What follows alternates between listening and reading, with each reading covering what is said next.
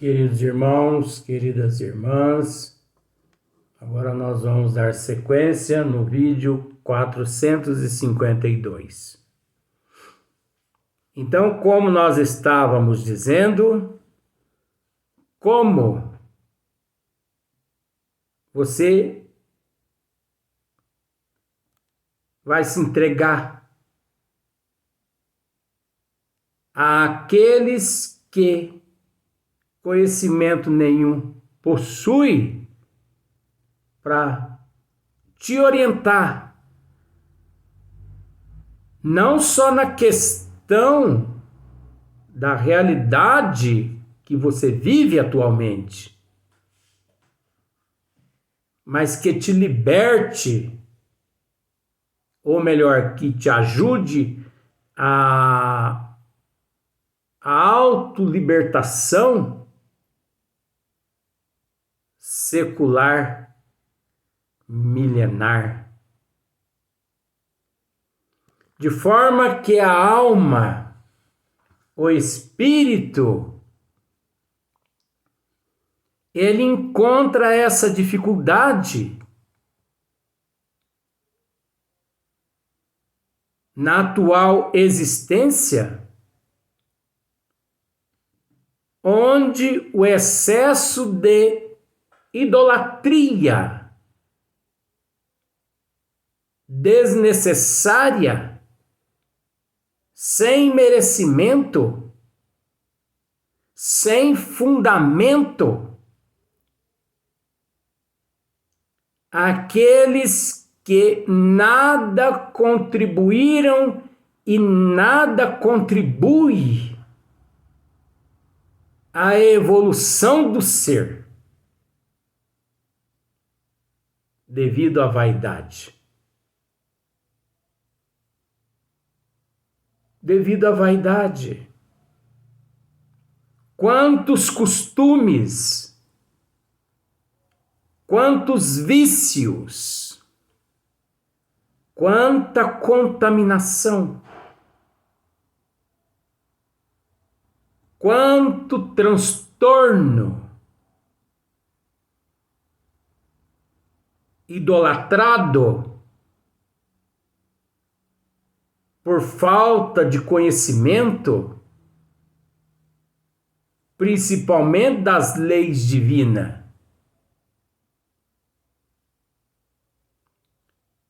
Quantos equívocos. Como eu já disse, o espírito, a alma, encontra-se em um pântano que quanto mais ele se movimenta na busca de se libertar, mais ele se afunda. Porque o que o mundo, na atualidade, 2021, o que a ciência, o que a filosofia, o que as religiões têm de concreto, a não ser o espiritismo codificado por Allan Kardec.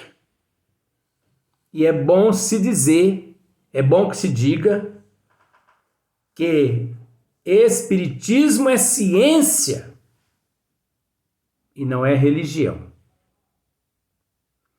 Mas o que todos esses têm de concreto a oferecer à alma, ao espírito, para que ele se desvencilhe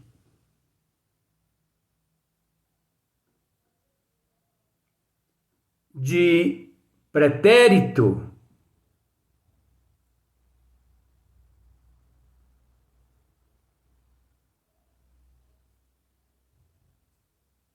de períodos, de momentos, de contaminações. E você pode me dizer assim, mas você está tratando da questão 385? Mas é óbvio. É o processo evolutivo do ser. É só você raciocinar. Observemos que é o que motiva aqui na Terra, no processo evolutivo que todos nós nos encontramos. O que é que nos motiva? O que é que motiva a alma, o espírito? Por que a alma e o espírito? Porque todo aquele que vive no corpo físico, na condição de alma, ele se melhora e leva para a erraticidade, o aprendizado, a transformação, chegando no plano espiritual em condições melhor que existências passadas. E é natural que, por ele ter conseguido, através desta ou de outra denominação, ter aprendido a se conter, a auto se desintoxicar, é natural que ele retornará numa próxima reencarnação, praticamente isento de todo aquele processo de imoralidade. Porque tudo contrário às leis de Deus é imoralidade. Aí você pode me dizer, mas não faz parte da evolução do ser? Sim, faz parte da evolução do ser. Mas é um caminho negativo que optou o indivíduo sem necessidade. É o caminho da fantasia, da ilusão que a Terra oferece e que acaba contaminando aquele espírito, aquela alma que encontra-se em processo de evolução. Então nós respeitamos, mas vemos aí os psicopatas, os serial killer e muitos outros que eu ouso dizer aqui também, esses que se dizem evangelizadores de almas.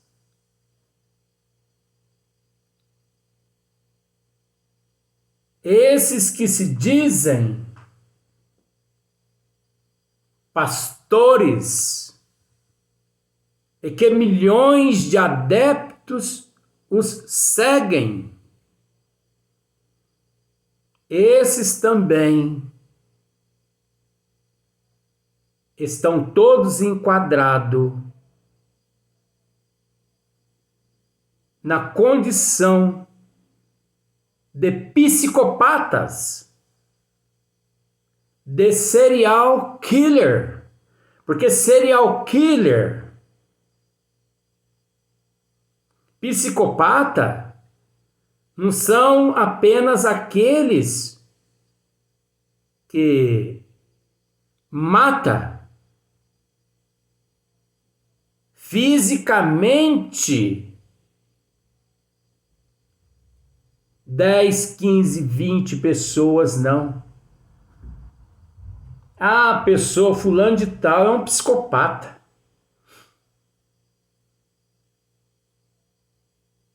Descobrimos que ele matou 40 pessoas. Descobrimos um serial killer, né?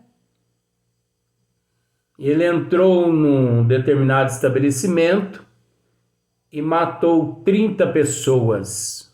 Não. São considerados serial killer.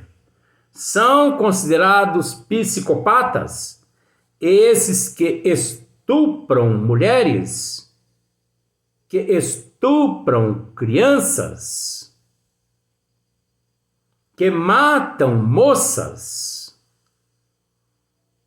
Mas eu ouso a dizer isso.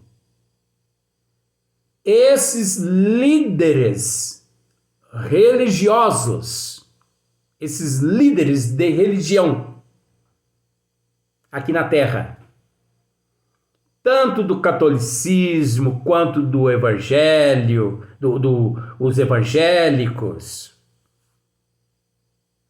esses líderes religiosos que existem principalmente no Brasil e no mundo, você já deve saber de quais os líderes que eu estou dizendo, né? Esses são os verdadeiros psicopatas. Esses são os verdadeiros serial killer. Por quê? São os psicopatas que,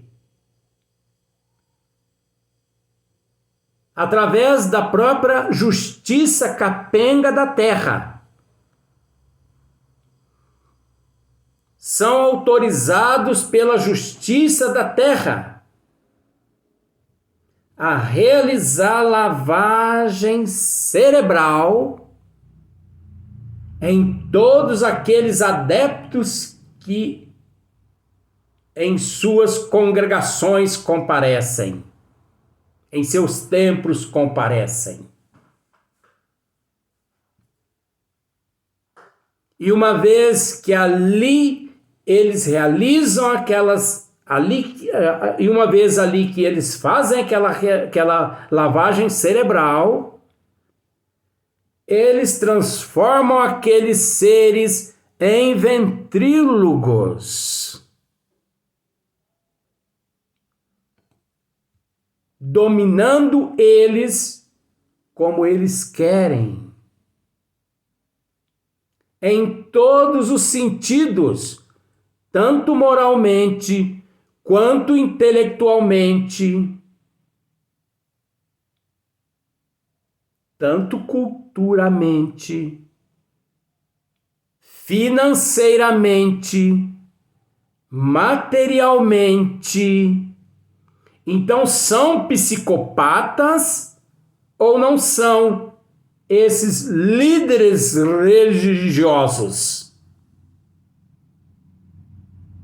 E são serial killer também esses líderes religiosos? Aí você me diz assim, mas serial killer é aquele que mata, mas essa lavagem cerebral que é realizada vivendo nestas condições que esses seres vivem,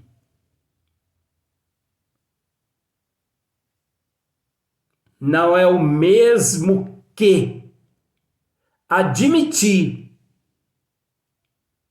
que encontram-se mortos no corpo físico, mortos de esperança, mortos de conhecimento, uma vez que o conhecimento que possuem é um conhecimento apócrifo, é um conhecimento banal, é um conhecimento mitológico, é um conhecimento que milhares de anos tem mantido a humanidade nesse estado de cegueira. E as pessoas não desconfiam de nada, de que são comandadas por psicopatas e por serial killers em todas essas religiões. Observe a falta de informação com relação à mudança de hábito, de comportamento, de atitude. Observem para ver como se preocupam apenas com o lado material e nunca com o lado espiritual. Não se preocupam com o perispírito e com o espírito, nunca que se preocuparam e nem se preocupam com a lei de causa e efeito, de ação e reação. Nunca se preocuparam com a desigualdade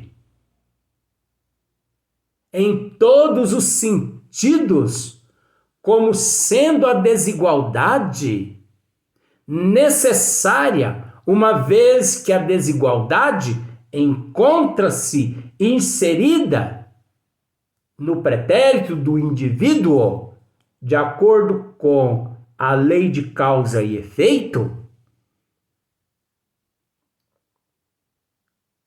Então são psicopatas, são serial killers, autorizados pela justiça capenga da terra. Por que justiça capenga? Por ela, justiça não possuir condições de análise de que psicopata e serial killer não são apenas aqueles que cometem crime bárbaros com suas armas de fogo fisicamente, mas todo aquele que desestrutura a moral do outro, todo aquele que interfere no livre arbítrio mesmo relativo do outro, todo aquele que realiza lavagem cerebral no outro é um psicopata. É um serial killer, porque ao mesmo tempo ele está inutilizando aquele indivíduo, impossibilitando-o de amealhar conhecimento, levando-o ou mantendo-o cada vez mais num estado de cegueira, matando todas as tuas possibilidades, as únicas chances que ele ao corpo físico retornou para se melhorar. Ele ali, o serial killer, através da psicologia, destrói aquelas qualidades. Aí você pode me dizer, mas o semelhante não atrai o semelhante? O semelhante atrai o semelhante. É óbvio. Mas aí eu pergunto, onde está? Onde encontra-se a justiça capenga da terra, que guarda a responsabilidade de cuidar do ser humano, mas que infelizmente, né, eu posso dizer isso, mal cuidam do ser humano, quanto mais do perispírito e do espírito. Desconhecem praticamente 99% do ser humano. Exigir deles que entenda e enxerguem o perispírito e o espírito seria ignorância demais da minha parte, não é mesmo? Mas, infelizmente, é esta situação. É essa situação que o espírito, ao reencarnar como alma no corpo físico, ele encontra 97% dos que se dizem espírita, que deveriam dar bons exemplos, encontram-se na contramão, no charlatanismo, no misticismo e em outros ramos que eu não vou nem citar. E 3% dos espíritas trabalham exemplarmente. Trabalham exemplarmente, de acordo como nos ensina Hippolyte Léon Denisard Rivail nas obras básicas da doutrina dos espíritos. Então, a guerra interior que o eu traz de vidas passadas para a desintoxicação na existência atual,